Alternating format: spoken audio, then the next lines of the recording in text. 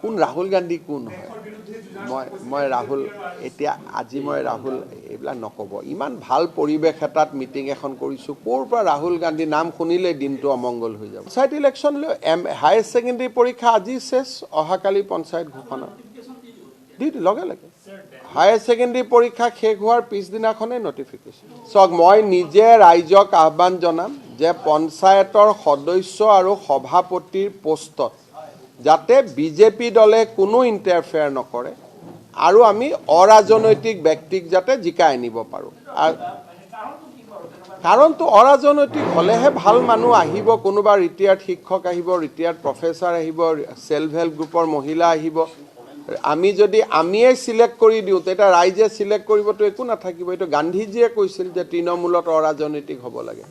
এতিয়া মই দেখোন আজি ঘোষণাই কৰি দিলোঁ পঞ্চায়ত ইলেকশ্যন যে যিদিনাখনে হায়াৰ ছেকেণ্ডেৰী পৰীক্ষা শেষ হ'ব তাৰ পিছদিনাখনে পঞ্চায়ত ইলেকশ্যন পাতি দিম কিন্তু আমাৰ চৰকাৰে পঞ্চায়ত ইলেকশ্যনতকৈও অসমৰ ছাত্ৰ ছাত্ৰীৰ কল্যাণক আটাইতকৈ বেছি গুৰুত্ব দিয়ে মেট্ৰিক পৰীক্ষা চলি থাকিব তাত মাইক বজোৱাৰ সাহস কংগ্ৰেছ দলৰ থাকিব আমাৰ নাই হায়াৰ ছেকেণ্ডেৰী পৰীক্ষাত চেণ্টাৰ এটা চলি থাকিব গাঁৱত সন্মুখত ৰাজনৈতিক দলৰ মিটিং কংগ্ৰেছে কৰিব পাৰিব আমি কৰিব নোৱাৰোঁ গতিকে আমাৰ চৰকাৰখন জ্ঞান আৰু প্ৰজ্ঞাৰ সাধনাত ব্ৰতী এখন চৰকাৰ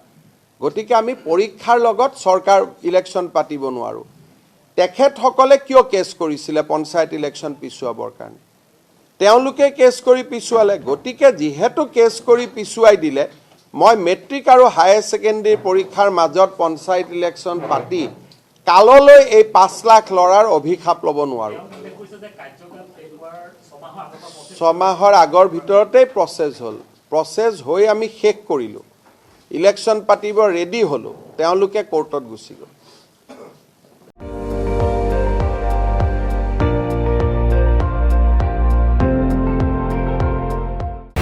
আপুনি চাই আছে ND24 সৰ্বশ্ৰেষ্ঠ নহয় সৰ্বোত্তমৰ দৌৰত